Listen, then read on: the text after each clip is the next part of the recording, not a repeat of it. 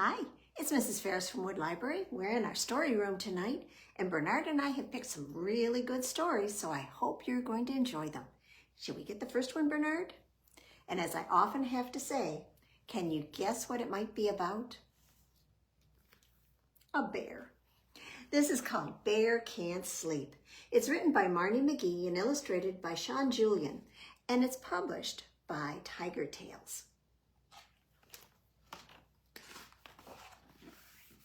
You can see it looks a lot like it does here right now, with the leaves falling down and animals bundling up a little bit. It was winter, and all the animals were busy. Soon the forest would be covered in snow. Fox gathered wood for the winter fires, while Owl and Squirrel made pickles and jam. Patch the Hare tried to help, but as usual, he just got in everyone's way. "Oh, get your feet out of my berries," cried Squirrel. "Listen," hooted Owl. "What's that strange sound?" Well, peeking around the trees, the animals saw a huge, grumbly bear dragging branches behind him. Everyone froze, except Patch. "Hey, Mr. Bear," he shouted. "Need some help?" "Leave me alone," snapped the bear. "I need to sleep." And he shuffled into the cave. But Bear could not sleep. Day and night he rolled and rumbled. He growled and howled. "That bear sounds angry," cried Fox. "What if he comes after us?" squeaked Mouse. "Maybe he's hungry," said Squirrel. "I'll take him some food," said Patch. "I'm not scared of any old bear." So Patch made a huge stack of blueberry and onion sandwiches and loaded them onto his scooter. "Yoo-hoo, Mr. Bear," he called, zipping over. "We made you a scrumptious snack." But Patch forgot to look where he was going.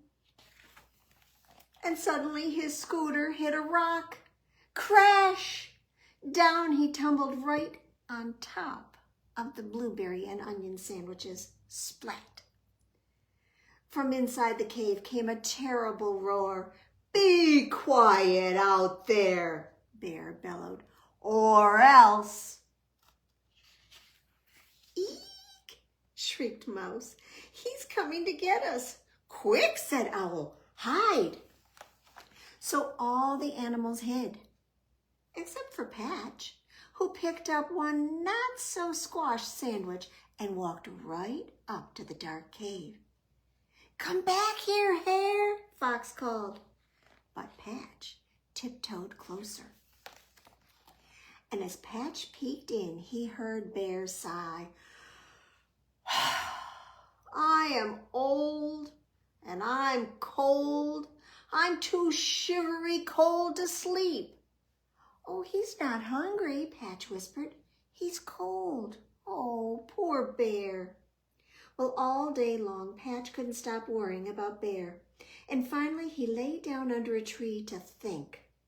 He looked up at the sky and he saw that the leaves made a patchwork against it. And Patch had an idea. So that night he tiptoed through the forest, borrowing things from all the animals. And then Patch pinned and stitched until dawn. And when the animals woke up, oh, they were hopping mad.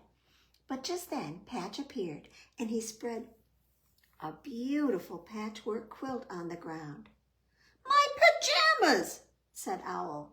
"You took my shirt!" exclaimed Fox. "My apron!" said Squirrel. "My undies!" said Mouse. "Oh, I only meant to help," said Patch. But the animals grumbled and shouted even louder. Suddenly, Bear stomped into the clearing. He lifted Fox up into the air. "I said be quiet," he roared. "I'm trying to sleep." Well, the animals shook with fear, except, of course, for Patch. Patch jumped onto a stump. "Don't be angry, Mr. Bear," he begged. "We brought you a present. Look! It's made from clothes borrowed from all the animals." Well, the old bear sniffed, and then he gently set Fox down. "You gave me your things?" he said. "To me? What fine friends you are!" "He made a quilt," said Mouse. "To keep you warm," said Owl. So Bear clutched the cozy quilt to his furry chest and shuffled back into the cave. "Hey, Mr. Bear," called Patch, "how about some bedtime stories?" And so, as the first flakes of snow drifted down, the animals snuggled together and told stories until Bear fell fast asleep.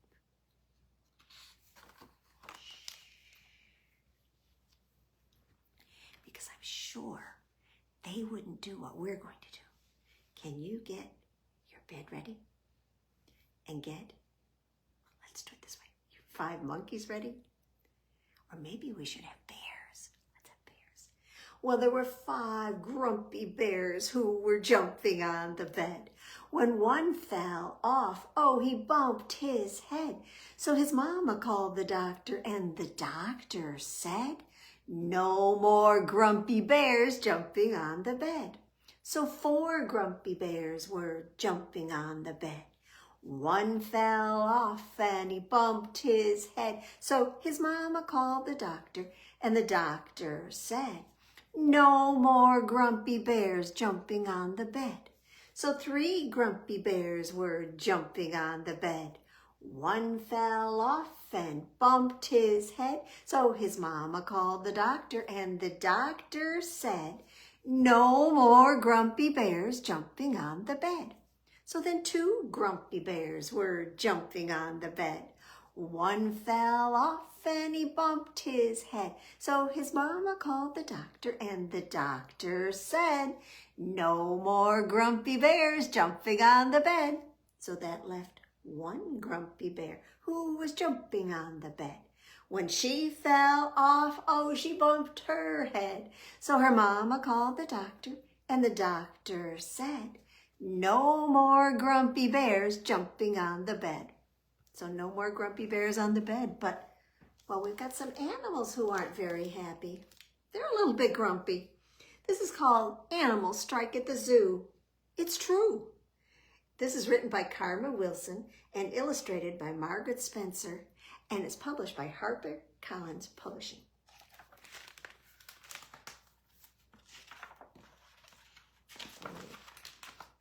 This animal has a sign that says, "I quit." Can you quit a zoo? I don't know. Well, there's an animal strike at the zoo. It's true. The headlines are telling it all. The animals quit. That's it. We're through, say all the critters from biggest to small. We're paid only peanuts, the elephants shout. And goodness, we're bigger than that. So now they won't trumpet or lumber about. They just sit in the shade, looking fat. The monkeys won't monkey around anymore. You won't see us climbing again. They wallow like big monkey lumps on the floor. We want a nice pool in our pen. The leopards aren't prowling. The wolf packs aren't howling. The tigers aren't growling. The otters are scowling. Egad, the worst has come true. There's an animal strike at the zoo. The zebras are looking like horses today. They've painted their stripes in, you see. We're all sick and tired of eating this hay. Our good looks do not come for free. And those silly giraffes are not any better. You won't see our necks anymore. They're knitting themselves lots of turtleneck sweaters, which go from their heads to the floor. Business these days is as slow as can be. Folks go to the circus instead. Nobody wants to pay money to see the animals lying in bed. The lions aren't roaring, the eagles aren't soaring, the penguins are snoring. It's all rather boring. What can the zookeeper do? There's an animal strike at the zoo. He really is doing the best that he can. The elephants all got a raise. Instead of just peanuts, they now get pecans. And he offered them 6-hour days. And the monkeys were given a small kiddie pool, and he's feeding the zebras sweet oats. But the monkeys complain that the water is cool, and the zebras demand root beer floats. Then in through the gate walks sweet little Sue. She just can't believe that she's here. She's always wanted to come to the zoo, and she's begged for this trip for a year. But no birdies are peeping. No lizards are creeping.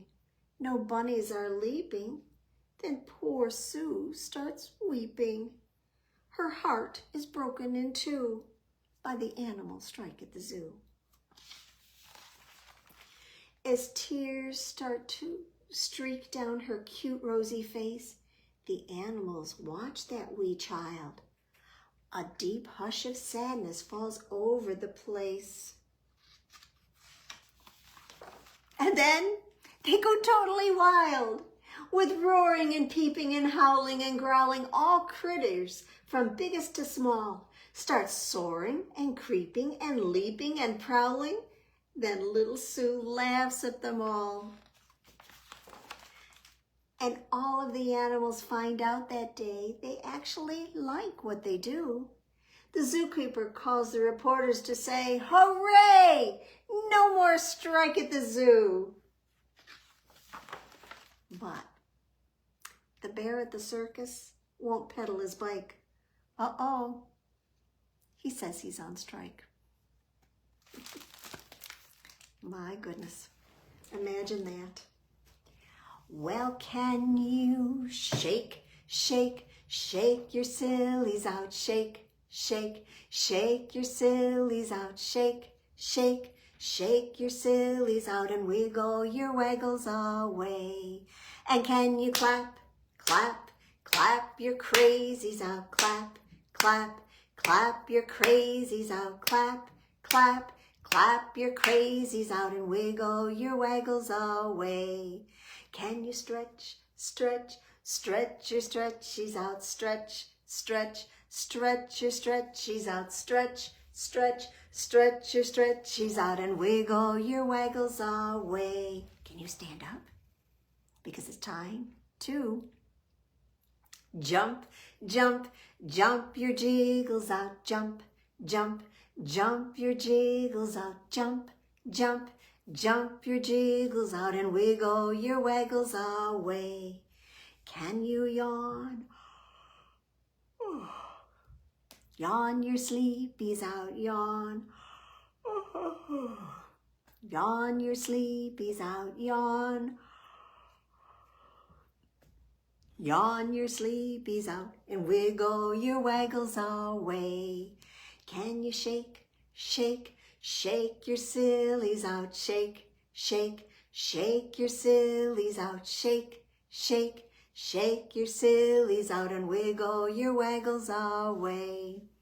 Well, our next book is a story that you probably know. It's called The Little Red Hen, and this version is written by Mary Finch with illustrations by Kate Slater, and it's published by Barefoot Books. Well, once upon a time, a rooster, a mouse, and a little red hen lived together in a small brown house with a red roof. Now one day the little red hen found a grain of wheat lying on the ground. "Oh, look what I found," she said to the rooster and the mouse. "Well, I will plant it in the earth. Who will help me?" "Not I," said the rooster. "Not I," said the mouse. "Oh, then I'll do it myself," said the little red hen. You know, she did. She scratched at the earth and planted the grain. "Who'll help me water it?" she called. "Not I," said the rooster. "Not I," said the mouse. "Oh, then I'll do it myself," said the little red hen. And she did. She watered the earth and waited for the wheat to grow, while the sun shone and the wheat grew tall and straight. And when the ear of wheat was golden, she asked, "Who will help me harvest it?" "Not I," said the rooster. "Not I," said the mouse. "Then I'll do it myself," said the little red hen. And she did. She picked the ear of wheat and put it in a basket. "Who will help me take it to the mill to be ground into flour?" asked the little red hen. "Not I," said the rooster. "Not I," said the mouse. "Then I'll do it myself," said the little red hen. And she did. The miller ground the ear of wheat into fine white flour. "Who will help me make this flour into dough?" asked the little red hen. "Not I," said the rooster. "Not I," said the mouse.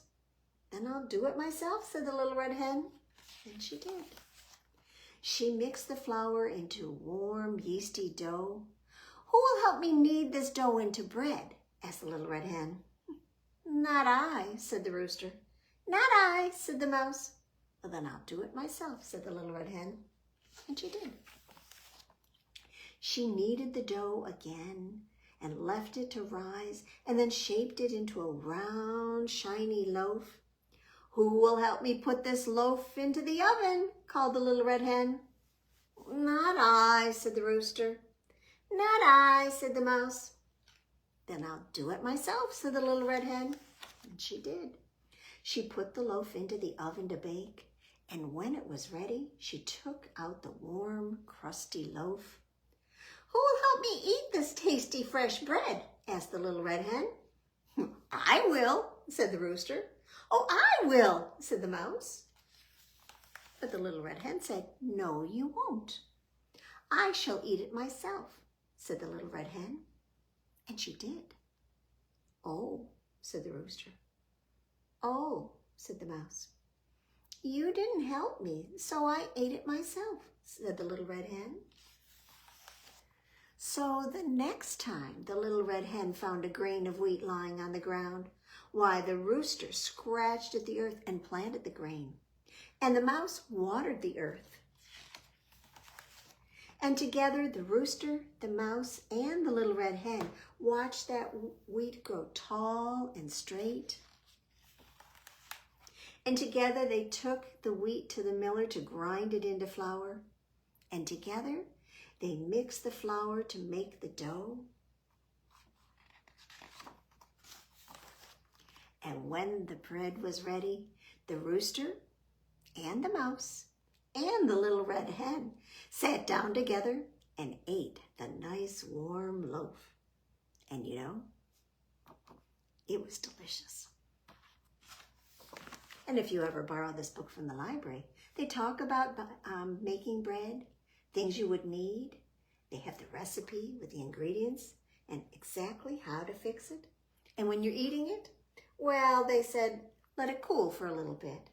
And then you could try it with butter or jam or with soup, or you could make some sandwiches. There's all kinds of things you can make with a loaf of bread that you make yourself. Well, I've got 5 little hot dogs that are cooking in the pan. The grease got hot and one went bam. So 4 little hot dogs are cooking in the pan. The grease got hot and one went bam. 3 little hot dogs are cooking in the pan. The grease got hot and one went bam. 2 little hot dogs are cooking in the pan. The grease got hot and one went bam. 1 little hot dog is cooking in the pan. The grease got hot and the one went bam. So how many does that leave? 1 little hot dog cooking in the pan. The grease got hot and the one went bam. So now no little hot dogs are cooking in the pan. The grease got hot and the pan went bam. Well, I thought we'd change our topic here a little bit. We get away from food and we're going to switch over to a rhyming story that has a little bit of a beat to it. This is called The Cha-Cha Chimps. It's written by Julia Durango and illustrated by Eleanor Taylor, and it's published by Simon & Schuster. Do you know what kind of a sound a monkey or a chimpanzee makes? Well, we're going to hear it in here. Deep in the forest in a dim moonlight, 10 little chimps sneak out for the night. 1, 2, 3, 4, 5, 6, 7, 8, 9, 10. They're all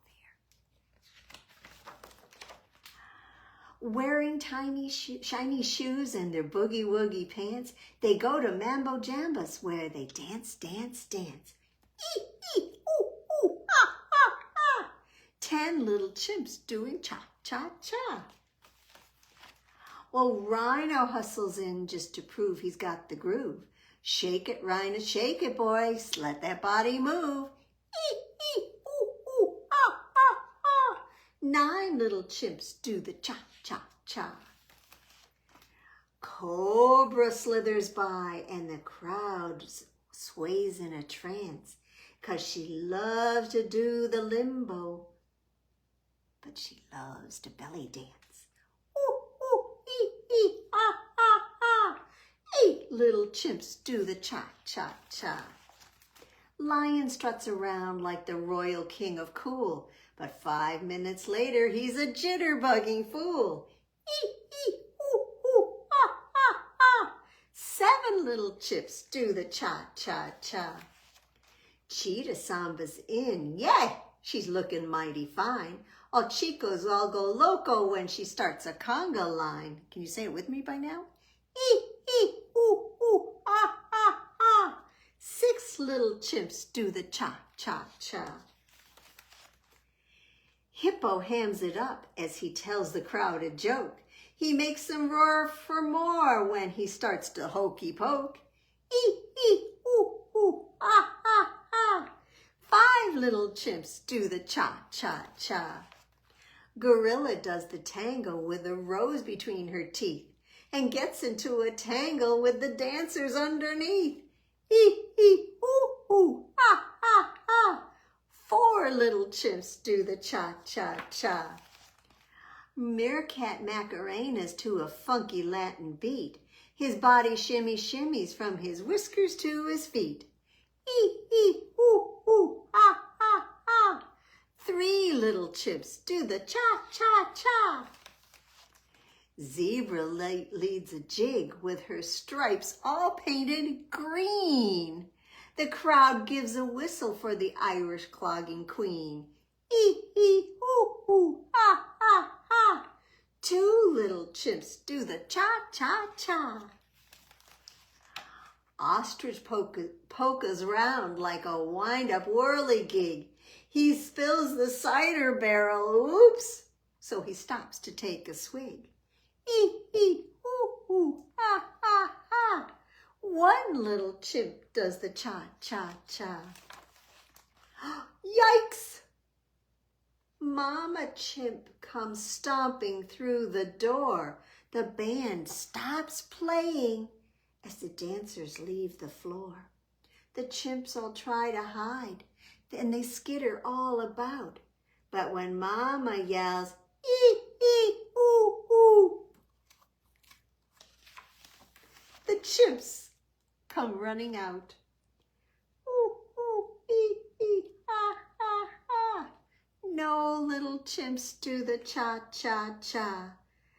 Deep in the forest in the dim moonlight, 10 little chimps go home for the night. They put their jammies on and then they tumble into bed and wait for Mama Chimp to kiss them each upon the head. The chimps dream of dancing under starry skies of glitter, but one tiptoes out and she calls the babysitter. One Mama Chimp does the cha-cha-cha. Shall we do it again? Ee, ee, ooh, ooh, ah, ah, ah. That Mama Chimp does the cha-cha-cha. think she had fun, don't you? Well, 5 little monkeys. Should we have them swinging? 5 little monkeys swinging in the tree, teasing Mr. Crocodile, you can't catch me. But along comes Mr. Crocodile, as hungry as can be, and he goes snap. So 4 little monkeys are swinging in the tree, teasing Mr. Crocodile, you can't catch me. But along comes Mr. Crocodile, as hungry as can be, and he goes snap. 3 little monkeys swinging in the tree, teasing Mr. Crocodile, you can't catch me. Along comes Mr. Crocodile, as hungry as can be, and he goes snap. So 2 little monkeys are swinging in the tree, teasing Mr. Crocodile, you can't catch me. Along comes Mr. Crocodile, as hungry as can be, and he goes snap. So 1 little monkey is swinging in the tree, teasing Mr. Crocodile, you can't catch me. Along comes Mr. Crocodile, as hungry as can be, and he goes snap. So now no little monkeys are swinging in the tree, I'd better watch out so he won't catch me. All right, I think we have time for one more story. And this is one that I picked because it's about a library. This is called The Library Fish. It's written by Alyssa, Satin, Capucilli, and illustrated by Gladys Jose. And it's published by, well, Simon & Schuster Books again. Now, what can we tell from this picture before the title page? This is a male lady, and she looks like she's delivering a goldfish bowl. Right?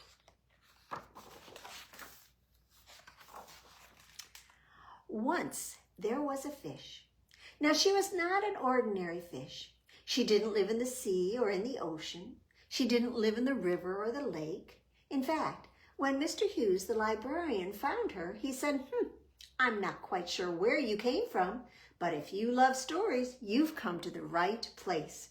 Some libraries have their lions, but this library will have you, fish. Now, hard as it might be to believe, Mr. Hughes was sure the fish wiggled her tail when she heard that. She may have even smiled, and from that day on, she was known as the library fish. She made her home on the desk of Mr. Hughes, and it was a perfect place to welcome all the visitors to the library. From where she sat, library fish could check to see what each book was that somebody borrowed and returned. Now, library fish quickly grew to love story time. Mr. Hughes read stories that made her laugh out loud. He read poems that filled her with wonder. And Mr. Hughes read in a bold voice, and sometimes he read in a whisper. Library fish met characters that were brave and kind, while others were daring or inventive. Library fish learned about distant planets that she might visit someday. And of course, library fish enjoyed an outing or two. She loved days spent on the bookmobile, winding through the busy streets. Library fish could feel the excitement of the crowd waiting for their arrival, all wanting special books that will be good for them. Mr. Hughes made sure that everyone found just the right ones. And he always chose something wonderful to read aloud, too. Hard as it might be to believe, library fish was certain the bookmobile enjoyed a good story as much as she did. She could feel its engine grumble with joy. Now, one morning, library fish awoke bright and early. She waited for Mr. Hughes to arrive with his usual, "Good morning, library fish." Well, she waited, and she waited, but the library doors remained closed. Where could Mr. Hughes be? Library fish looked out over the shelves. Every book was patiently in its place. She looked out of the long windows. Could it be? There, for as far as she could see, was snow, thick snow. falling faster and harder than Library Fish had ever seen before. It reminded her of a story Mr. Hughes read, where the snow fell so high and wide it made busy city streets come to a stop. Could snow make the library come to a stop too? What do you think? Library Fish swam around in her bowl. She hummed a tune. She did some fancy spins, but the snow kept falling, and the library grew quieter and quieter. There was only one thing to do. The library may be closed on the outside, said Library Fish, but it's always open on the inside. There's a story waiting for me. I just have to find it. So Library Fish jumped, and she leaped, and she wiggled, but she didn't get very far, she said. Then Library Fish remembered the story about a magic beanstalk, so she reached and stretched, and she climbed to the top of her bowl until she slid down with a plop. She sighed. Maybe I can fly up, up and away like a superhero. The thing was, she didn't have a cape. Library Fish looked out of her bowl. The moon peeked through the snowfall. That's it, said Library Fish. If a rocket ship can soar to the moon, maybe I can. 5, 4, 3, 2, 1. Blast off, she shouted, and up and out of the bowl.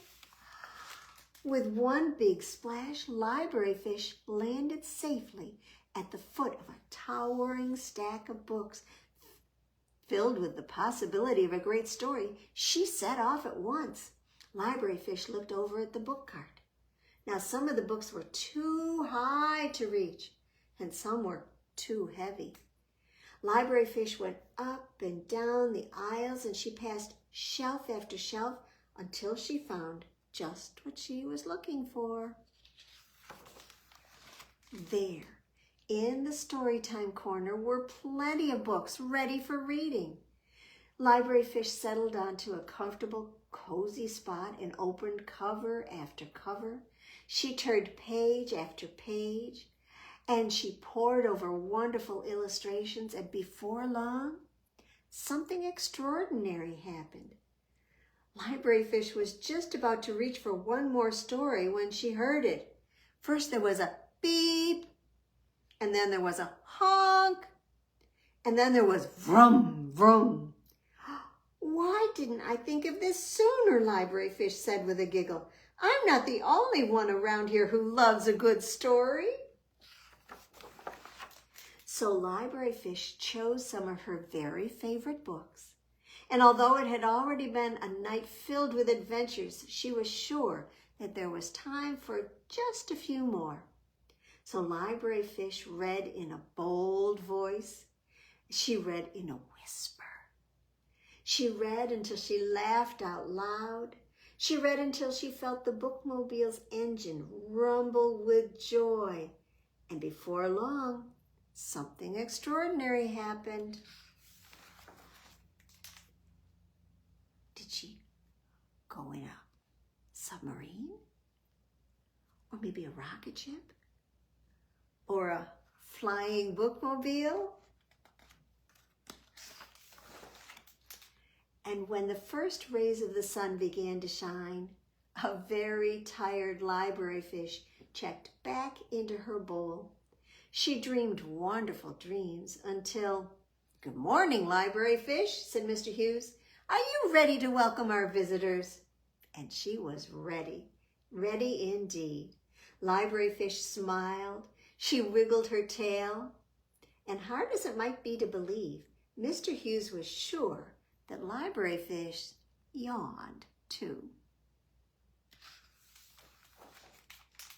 "Hello, Library Fish," said the girl. "I missed you, Library Fish," said the boy.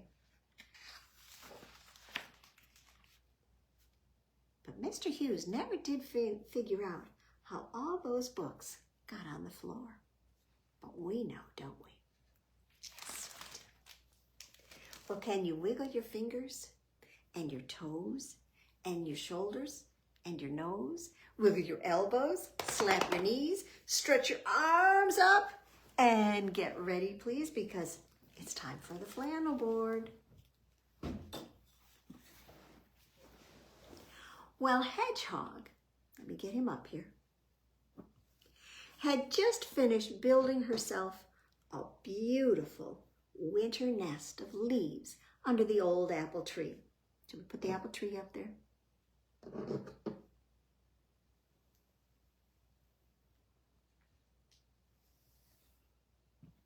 Yes, it was going to be a wonderful, wonderful place to spend the winter. Well, suddenly, a juicy red apple fell out of the tree and landed on her back. And it stuck. Ouch! Squeaked Hedgehog. She tried curling in a small, spiny ball, hoping that that apple would fall off. But when she uncurled, that juicy red apple was still there, stuck, stuck, stuck. And when Hedgehog tried to squeeze into her little nest, she couldn't get in. She could not get in, not with that apple on her back. The nest was too small. Oh, dear. Well, Squirrel came running past with, whoop, come on, Squirrel, don't go running off the board. Get your tail out there. With her arms full of acorns. And she bumped into Hedgehog, and those acorns stuck. 1, 2, 3. Oh, said the squirrel. If you stand still, maybe I can push all those things off of your back, Hedgehog.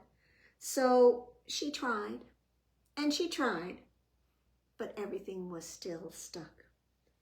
Well, Pig came by, and he suggested, roll on your back, Hedgehog, and then maybe all of those things will get off. You'll be rid of them that way. So Hedgehog threw herself on the ground, and she rolled and rolled and rolled. But did everything come off? No, nothing came off. In fact, when Hedgehog stood up again, she now had a pear and a leaf stuck on her back. Oh dear, said Hedgehog, rolling her eyes. Well, up in the sky, sailing towards Hedgehog, she saw a colorful piece of paper. It danced in the wind, and then it went this way and that way and this way and that way. And can you guess where it landed? Right on Hedgehog.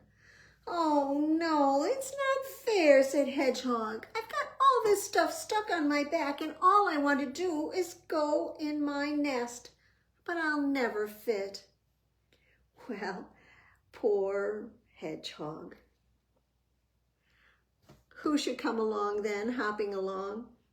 But Frog, and he was laughing, laughing, laughing because she looked so funny. Why don't you dive in the water and wash them all off, said Frog. Well, Hedgehog dipped a foot in the murky water, and she dove in with a splash.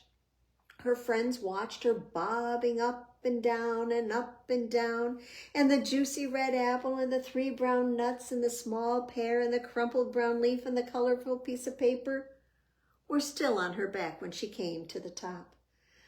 Oh, she looked funny, but Hedgehog didn't think it was funny, not one bit. Stop laughing, she said, and she stomped her feet on the ground. What am I going to do? Where am I going to sleep?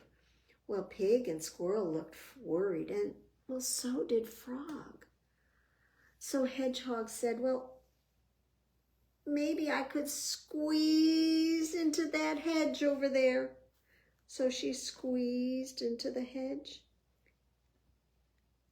and she hoped that maybe the hedge would take the things off, but instead, the blueberries from the hedge stuck on her quills. Oh, poor Hedgehog. What am I going to do? What am I going to do? She cried. Let's stick that paper on there. Well, who should come along right then but Goat? And Goat said, "Oh, yippee! You've brought lunch." "Help yourself," said Hedgehog. "Take it all." "Oh, wonderful," said the Goat. So he picked off and ate the juicy red apple. And he ate the acorns. There's another one there, yeah. He ate the leaf and the pear. He ate the piece of paper. He ate the blueberries.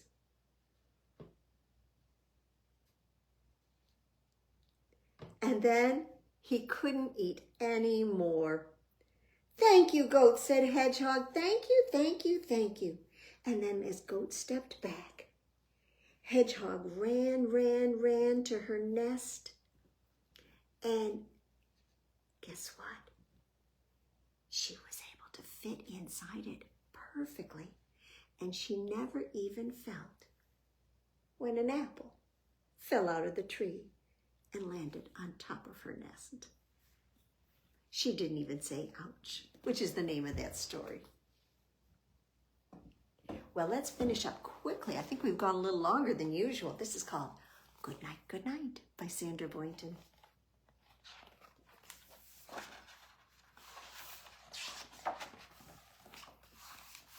Well, the sun has set not long ago. Now everybody goes below to take a bath in one big tub with soap all over. Scrub, scrub, scrub. They hang their towels on the wall and find pajamas, big and small. And with some on top and some beneath, they brush and brush and brush their teeth. And when the moon is on the rise, they all go up to exercise. And then down once more, but not so fast. They're on their way to bed at last. They climb into their feather beds with some at the foot and some at the head.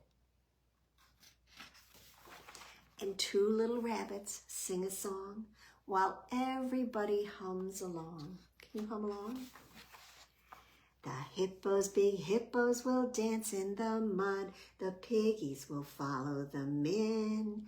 And down in the hollow, the elephants wallow in mud that comes up to their chins. The cats and the bears, the lions and dogs, the rhinos and mouse come along. Two rabbits, that's we two, will gladly agree to sing everyone's dream in a song. The day is done. They say good night, and somebody turns off the light. The moon is high, the sea is deep, and they rock and rock and rock to sleep. Good night, good night. From all of us, right, Bernard, at Wood Library. And we'll see you again when it's time for some bedtime stories.